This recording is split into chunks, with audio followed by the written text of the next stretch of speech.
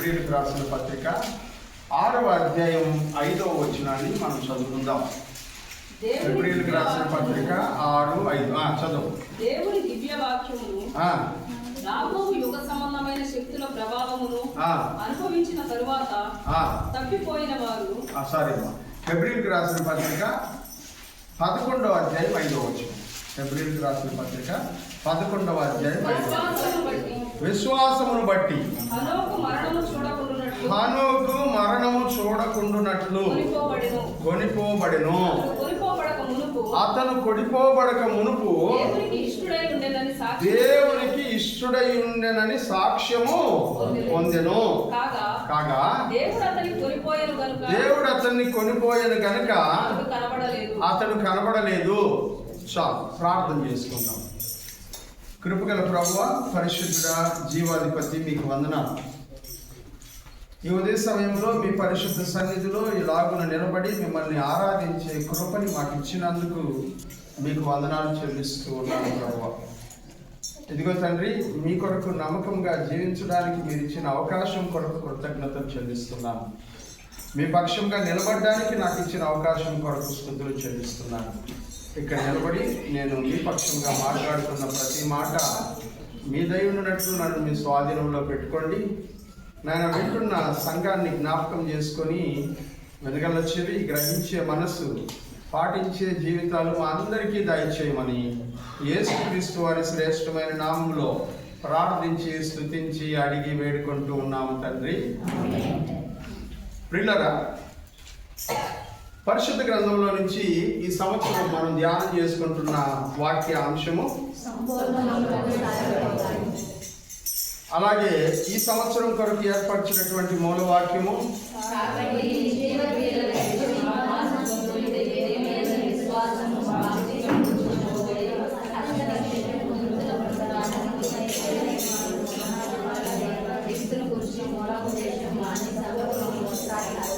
హెబ్రీయులకు రాసిన పత్రిక 6వ అధ్యాయం 1-2 వచనాలని మూలవాక్యంగా ఈ సంవత్సరం ధ్యానాలని మనం ప్రారంభించాం, ధ్యానం చేసుకుంటూ ఉన్నాం. ఇందులో 3 భాగాలు మనకు కనబడుతూ ఉన్నాయి. మొదటిది నిర్జీవ క్రియలను విడుచుట, రెండవది క్రీస్తుని గురించిన మూలోపదేశములను మానివేయుట, మూడవది సంపూర్ణుల మగుటకై సాగిపోవుట. ఈ 3 అంశాల్లో మొదటి అంశాన్ని ఇప్పటికే మనం ధ్యానం చేసుకున్నాం. నిర్జీవ క్రియలు అంటే మనల్ని ఆత్మీయంగా చంపేసేటువంటి పనులు, వ్యవహారాలు మన జీవితంలో ఏమున్నాయి అనే విషయాలని మనం పరిశీలించుకున్నాం. వాటిని విడిచిపెట్టాలి అని గమనించాం ప్రియులారా. రెండవదిగా క్రీస్తుని గురించిన మూలోపదేశములు అనే అంశాన్ని మనం ధ్యానం చేసుకుంటున్నాం. మూలోపదేశములు అని చెప్పబడుతున్నటువంటి ఈ వాక్య భాగంలో పరిశుద్ధ గ్రంథంలో మూలపాఠములు, మూలోపదేశములు అనేటువంటి పదాలు ఉపయోగించబడినప్పుడు లోక సంబంధమైనటువంటి మూలపాఠములు అనగా అన్ని ఆచారాలు, సాంప్రదాయాలు, పద్ధతులు, వీటన్నిటినీ మూలపాఠములు అని చెప్పారు. వాటిని విడిచిపెట్టాలని దేవుని వాక్యం తెలియజేస్తుంది. అట్లాగే ప్రియమైనటువంటి వాళ్ళరా, మూలోపదేశములు అని బైబిల్ గ్రంథం చెప్తూ ఉండగా యేసుక్రీస్తుని గురించినటువంటి basic, foundation, fundamental things, elementary things అనగా ప్రాథమికమైనటువంటి విషయాలని మనం విడిచిపెట్టాలి, అక్కడే అతుక్కొని బ్రతకకూడదు, మనం ఎదగాలి ఆత్మీయంగా అని దేవుని వాక్యం బోధించడాన్ని మనము చూస్తూ ఉన్నాం. హెబ్రీయులకు రాసినటువంటి పత్రికలో ఈ 6వ అధ్యాయంలో 6 విషయాల గురించి అక్కడ ప్రస్తావించడం జరిగింది. 6 మూల పాఠములు లేదా మూలోపదేశాల గురించి ప్రస్తావించడం జరిగింది. వాటిలో మొట్టమొదటిది మారు మనస్సు పొందుట అనే పాఠాన్ని మనము గడిచిన వారాల్లో నేర్చుకున్నాం. లోక సంబంధమైనటువంటి మారు మనస్సు అనగా అన్ని జనులు యేసు ప్రభువుని అంగీకరించడానికి అవసరమైన మారు మనస్సు. రెండవది క్రైస్తవులు పొందవలసిన మారు మనస్సు. ఈ 2 పాఠాల గురించి మనము నేర్చుకున్నాం. ఈ మారు మనసు అనేటువంటి అనుభవం క్రైస్తవుని జీవితంలో ప్రతిరోజు సంభవించాలని, అది పరిశుద్ధపరచబడడం అనేటువంటి దానికి సమమవుతుందని వాక్యంలో మనం చూసాం ప్రియులారా.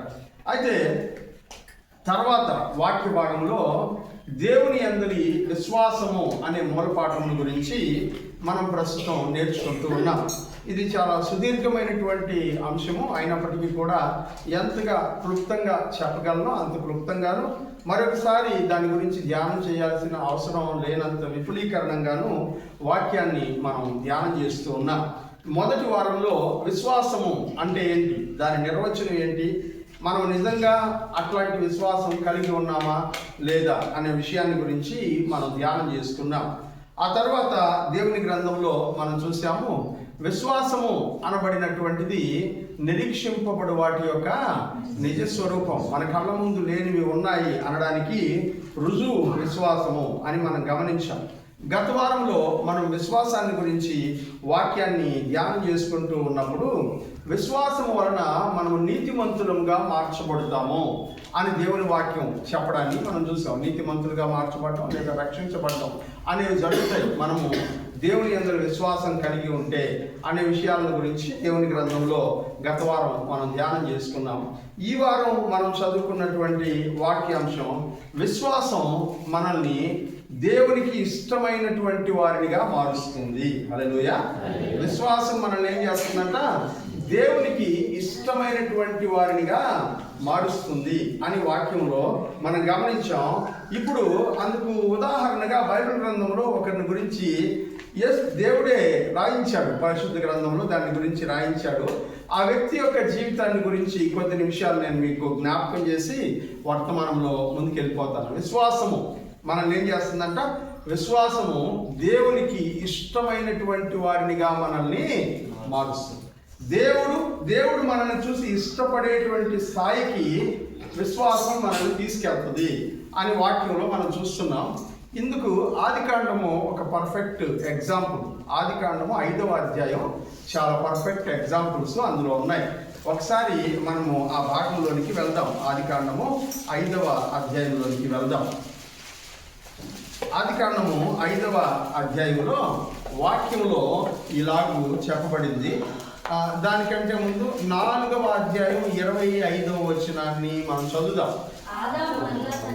ఆదాము మరలా తన భార్య అయినా కూడినప్పుడు ఆమె కుమారుని కని, అందరు చదవండి, ఇబ్బంది లేదు.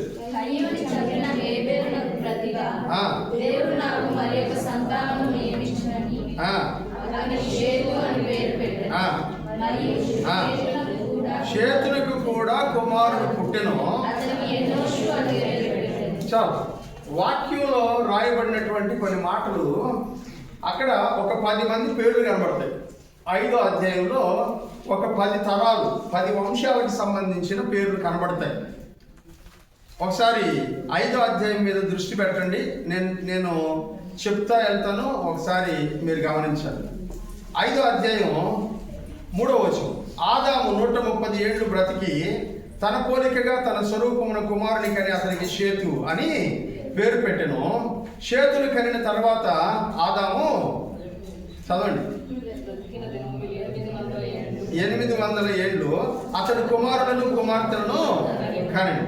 ఇప్పుడు 6వ వచనం, షేతు 105 ఏళ్ళు బ్రతికి ఎనోషును కనెను. 26వ వచనం, 4వ అధ్యాయం 26వ వచనం, మరియు షేతునికి కూడా కుమారుడు పుట్టెను. అతను ఎనోషు అని పేరు పెట్టాడు. ఎనోషు అని పేరు పెట్టినప్పుడు వాక్యం తెలియజేస్తుంది, అప్పుడు యెహోవా నామమున ప్రార్థన చేయుట ప్రారంభమైనది. బైబిల్ గ్రంథంలో అక్కడ 10 తరాల పేర్లు చెప్పారు. ఆ 10 తరాల్లో ఈ తరాన్ని గురించి ఒక నిమిషం ఆగి దేవుడు ఒక మాట చెప్తున్నాడు. ఎనోషు పుట్టినప్పుడు ఏం జరిగిందంట, యెహోవా నామమున ప్రార్థన చేయుట ప్రారంభమైనది. హల్లెలూయా.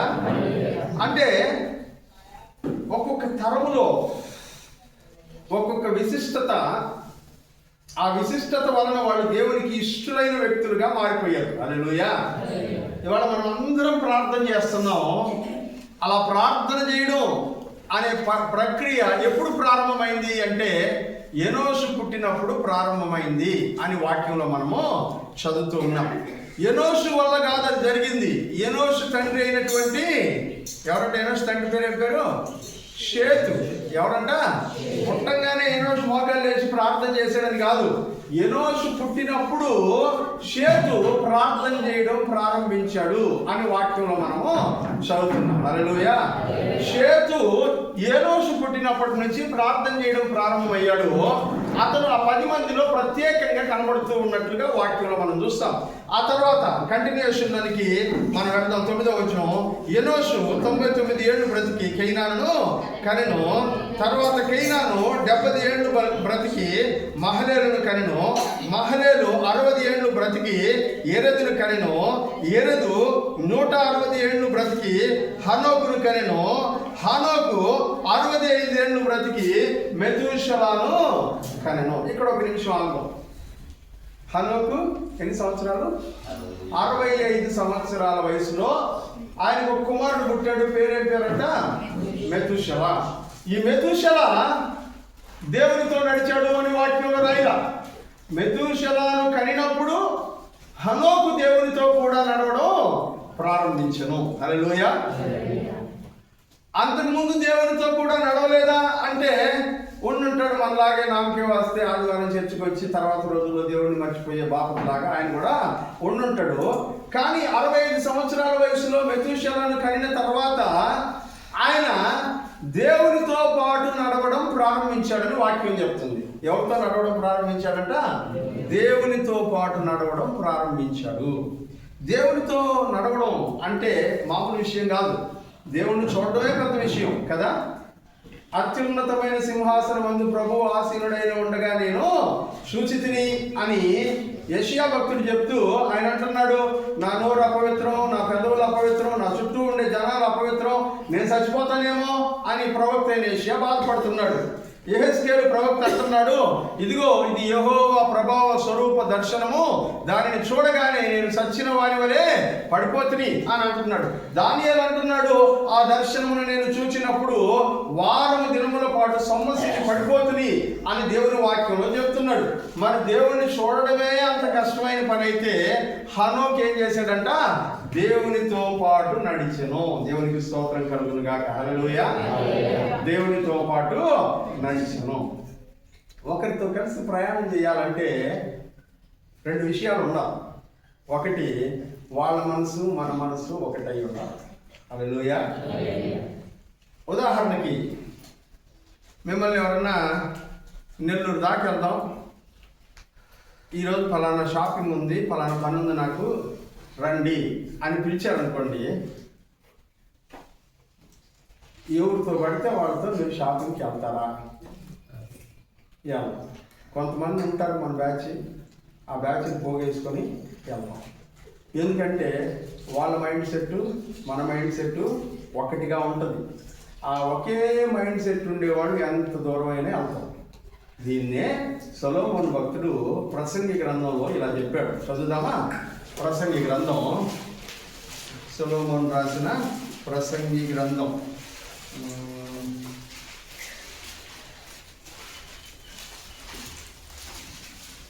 7వ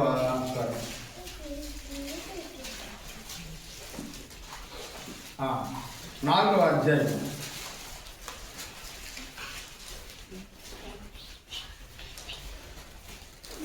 4వ అధ్యాయం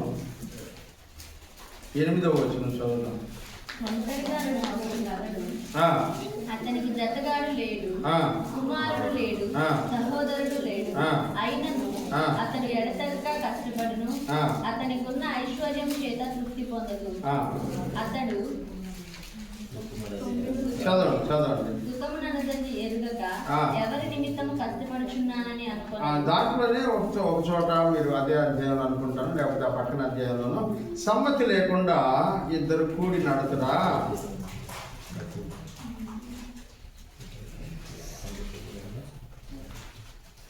అది చదవండి. 9వ వచనం. ఇద్దరి కష్టం చేత మంచి ఫలము కలుగును గనుక ఒంటిగాడ ఉండుట కంటే ఇద్దరు కూడి ఉండుట మేలు. వారు పడిపోయినను ఒకడు తన తోటి వారిని లేవనెత్తును.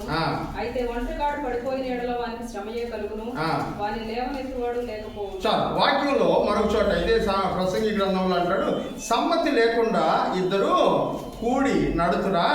వాళ్ళిద్దరూ కలిసి నడవడం సాధ్యపడదు కదా.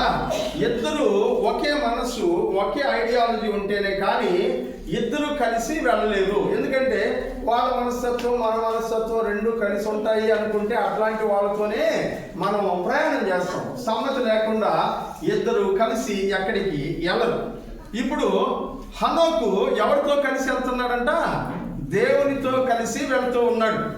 దేవునితో కలిసి వెళుతున్నటువంటి హనోకు దేవుని యొక్క మనసు కలిగిన వాడైతే, అలాగే హనోకు మనసు ఏంటో దేవుడు ఎరిగిన వాడైతే వాళ్ళిద్దరూ కూడా బెటర్, వాళ్ళిద్దరూ మన ఇద్దరి మనసులు ఒకటిగా ఉన్నాయి అని అనుకొని ఇద్దరూ కలిసి నడుస్తూ ఉన్నారు. దేవునికి స్తోత్రం కలుగును గాక. హల్లెలూయా. హనోకుని గురించి నాకు ఇష్టమైనటువంటి మాట ఏంటంటే, దేవునితో కలిసి నడవడం, దేవునితో కలిసి ప్రయాణం చేయడం, దేవునితో కలిసి సుదీర్ఘకాలం, 1 రోజు 2 రోజులు 3 రోజులు కాదు, 300 సంవత్సరాలు. ఎన్ని సంవత్సరాలంట? 300 సంవత్సరాలు దేవునితో పాటు కలిసి నడుస్తూనే ఉండడం. ఆదాము దేవుని చేత సృష్టించబడినటువంటి మానవుడు. దేవుడే తన స్వహస్తాలతో ఆదామును నిర్మించాడు. దేవుడు తన యొక్క ఊపిరిని ఆదాము యొక్క నాసికారంధ్రముల్లో ఊదగా మనిషిగా మారాడు ఆదాము. అట్లాంటి ఆదామే దేవునితో కూడా నడవలేక మధ్యలో దేవునిని వదిలేశాడు. అలాంటిది హనోకంట 1 సంవత్సరం కాదు, 2 సంవత్సరాలు కాదు, 300 సంవత్సరాలు దేవునితో పాటు నడుస్తూ.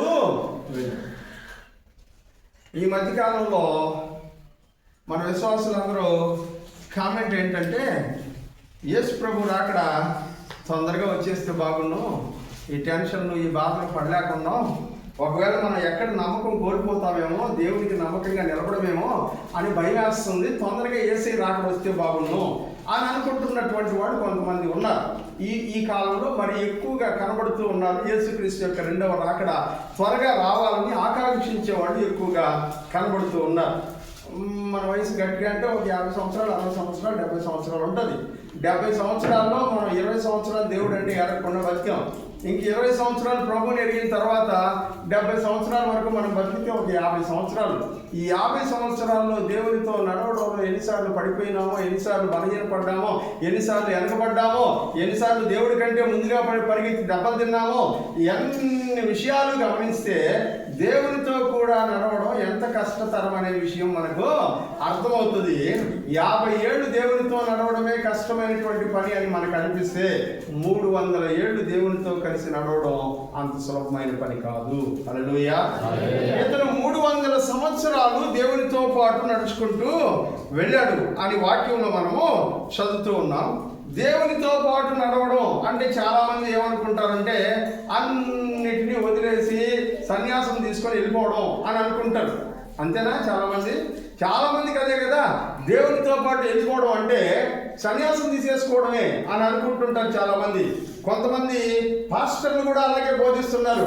దేవునితో పాటు నడిచేటువంటి వాళ్ళకి ఇక ఎవరితోనూ ఏ విధమైనటువంటి సంబంధ బాంధవ్యాలు ఉండకూడదు, దేవునితో పరిపూర్ణంగా నడవాలంటే ఈ లోక బంధాలన్నింటినీ వదిలేసేయాలా, అప్పుడే దేవుడితో పాటు. దేవుని వాక్యంలో ఎక్కడా మాట చెప్పలేదు. దేవుని వాక్యంలో ఎక్కడా మాట చెప్పలేదు. ఇంకా చెప్పాలంటే ఇంకో కొంతమంది అంటారు అసలు పెళ్లి చేసుకోకూడదు, దేవుని సేవ చేయాలనుకునేటువంటి వాళ్ళు అని మాట్లాడేటువంటి వాళ్ళు కొంతమంది ఉంటారు. కానీ బైబిల్ గ్రంథం ఎప్పుడు అలా చెప్పలేదు. వాక్యంలో హనోకుని గురించిన భాగంలో ఏమని రాస్తున్నారంటే, అతను దేవునితో నడుచుచు కుమారులను కుమార్తెలను కనెను. హల్లెలూయా. ఎవరితో నడుస్తూ అంట? దేవునితో నడుస్తూ ఉండడం అంటే కుటుంబాన్ని వదిలేసి సన్యాసం తీసుకొని వెళ్ళిపోవడం అని కాదు. దేవునితో నడుస్తూ దేవుని కొరకు మంచి కుటుంబాన్ని తయారు చేయడం అని అర్థం. దేవునితో నడుస్తూ కుమారులను కుమార్తెలను కనెను అని దేవుని వాక్యంలో హనోకుని గురించి చెబుతూ ఉన్నారు. తిమోతికి రాస్తున్నటువంటి పత్రికలో భక్తుడైనటువంటి పౌలు గారు మాట్లాడుతూ ఆయన అంటాడు, మీలో చాలా మంది వివాహాన్ని నిషేధించేటువంటి వాళ్ళు, అనగా పెళ్లి చేసుకోకూడదు దేవుని సేవ చేసేటువంటి వాళ్ళు, అలాగే దేవుని కొరకు నమ్మకంగా బ్రతకాలనేటువంటి వాళ్ళు వివాహం చేసుకుని ఇబ్బందులు పడకూడదు, వాటన్నిటి నుంచి బయటకు వచ్చేయాలి అని చాలా మంది మాట్లాడుతున్నారు. అలాంటి వాళ్ళు అపవాది సంబంధులు అని తిమోతికి రాసినటువంటి పత్రికలో భక్తుడైనటువంటి పౌలు గారు చెప్పడాన్ని మనం చూస్తాం. హనోకు దేవునితో పాటు నడుస్తూ ఉన్నాడు. దేవునితో పాటు నడిచేటప్పుడు ఆయన ఒంటరిగా నడవడం లేదు, తాను తన కుటుంబాన్ని తనతో పాటు వెంట పెట్టుకుని దేవునితో పాటు నడుస్తూ ఉన్నాడు. కుమారులను కుమార్తెలను కనెను. ఆ తర్వాత 300 సంవత్సరాలు అయిపోయిన తర్వాత దేవుడంట హనోకును కొనిపోయాను గనక అతడు లేకపోయాను అని రాశాడు. హనోకుని దేవుడు తీసుకున్నాడు కాబట్టి అతడు లేదు. మనం ఏమనుకుంటామంటే ఆ వాక్యం చదివినప్పుడు ఓహో చచ్చిపోయినాడు కావాలా అని అనుకుంటాం. ఎందుకంటే దేవుడు తీసుకున్నాడు అని మనం మాట్లాడుకునే భాషకు అర్థం ఏంటంటే చచ్చిపోయినాడు అని అర్థం. కానీ బైబిల్ గ్రంథంలో దేవుడు కొనిపోయాను అనేటువంటి పదానికి హెబ్రీ పత్రికలో మనం చదువుకున్నటువంటి వాక్య భాగంలో మంచి ఉదాహరణ చెప్తున్నాడు. ఆయన ఏమంటున్నాడంటే దేవుడు అతనిని కొనిపోయాను గనుక మరణము చూడకుండా అతడు దేవుని సన్నిధికి వెళ్ళిపోయాను అన్నాడు. హల్లెలూయా. మరణం అనేది తెలియకుండా అతడు దేవుని సన్నిధికి వెళ్ళిపోయాడంట. ఒక దైవజనుడు ఈ హనోకుని గురించి రాస్తూ వాళ్ళిద్దరి ప్రయాణాన్ని గురించి రాస్తూ ఇలా కామెంట్ చేస్తున్నాడు. ఆయన పుస్తకంలో మనం ప్రేయర్స్ ఆఫ్ ద బైబిల్ అనే అంశాన్ని, పరిశుద్ధ గ్రంథంలోని ప్రార్థనలు అనే అంశాన్ని ప్రతి శనివారం మనం ధ్యానం చేస్తూ ఉన్నాం. ఆ పుస్తకాన్ని రాసినటువంటి రచయిత దాని గురించి మాట్లాడుతూ ఆయన ఇలా అంటాడు, దేవునితో పాటు నడవడం అనేటువంటి ప్రయాణం ఎలా సాగింది అంటే, దేవుడు హనోకు ఇద్దరు కలిసి నడుచుకుంటూ మాట్లాడుకుంటూ చాలా దూరం ప్రయాణం చేసేసారంట. ఇప్పుడు వాళ్ళిద్దరి మాటలు ముగిసిపోయి ఒకసారి వెనక్కి తిరిగి చూస్తే హనోకు ఇంటి దగ్గర నుంచి చాలా దూరం, ఎక్కువ దూరం ప్రయాణం చేశారు. 300 సంవత్సరాల ప్రయాణం అంటే ఆయన అన్నాడు చాలా ఎక్కువ దూరం ప్రయాణం చేసేసారు. దేవుని ఇంటి వరకు కూడా ప్రయాణం చేసేసారు. దేవుని ఇంటి దగ్గరికి ప్రయాణం చేసేసారు. అందుకని దేవుడు అన్నాడంట, హనోకు చాలా దూరం వచ్చేసావులే, మళ్ళీ వెనక్కి తిరిగి మీ ఇంటికే వెళ్తాం, మన ఇంటికి వెళ్ళిపోదాంరా అని తీసుకెళ్ళిపోయినాడు. అందుకనే భూమి మీద ఎవరికి కనబడలేదు అని అన్నాడు. హల్లెలూయా. మరణము చూడకుండా దేవుడు అతన్ని తీసుకెళ్ళిపోయాడు అని వాక్యంలో చెప్తున్నటువంటి మాటకి అర్థం ఇది. అంతేకాదు ఈ హనోక్ అంట ఒక పెద్ద ప్రవక్త అని బైబిల్ గ్రంథం చెప్తుంది. హనోకు చాలా పెద్ద ప్రవచనాన్ని చెప్పాడు. ఇప్పుడు ప్రస్తుతం ఉన్నటువంటి మన కాలంలో సెన్సేషన్ ఏంటో తెలుసా? హనోకు రాసినటువంటి గ్రంథం. హనోకు గ్రంథం ఇప్పుడు సెన్సేషన్. హనోకు రాసినటువంటి గ్రంథం దొరికింది. ఆ బుక్స్ని ఇప్పుడు అన్ని చోట్ల ప్రింట్ చేసి పబ్లిష్ చేస్తూ ఉన్నారు. బైబిల్లో హనోకు గ్రంథం అని లేదు, కానీ హనోకు రాసినటువంటి గ్రంథం ఒకటి దొరికింది.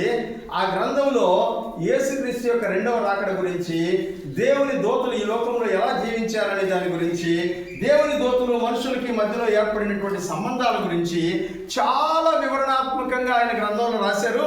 అంత్య దినాన యేసుక్రీస్తు రాకడలో ఏం జరగబోతుందనే విషయాన్ని కూడా హనోకు గ్రంథంలో రాశారని చెప్తారు. హనోకు ఒక గొప్ప ప్రవక్త అని వాక్యం తెలియజేస్తుంది. ఒకసారి చదువుదాం. యోధా పత్రిక, ప్రకటన గ్రంథానికి ముందు ఒకే ఒక అధ్యాయం ఉంటుంది. ఈ యోధా పత్రికను కూడా మనం ఒకసారి చూద్దాం. యోధా పత్రిక 14-15 వచనాలు. ఆదాము మొదలుకొని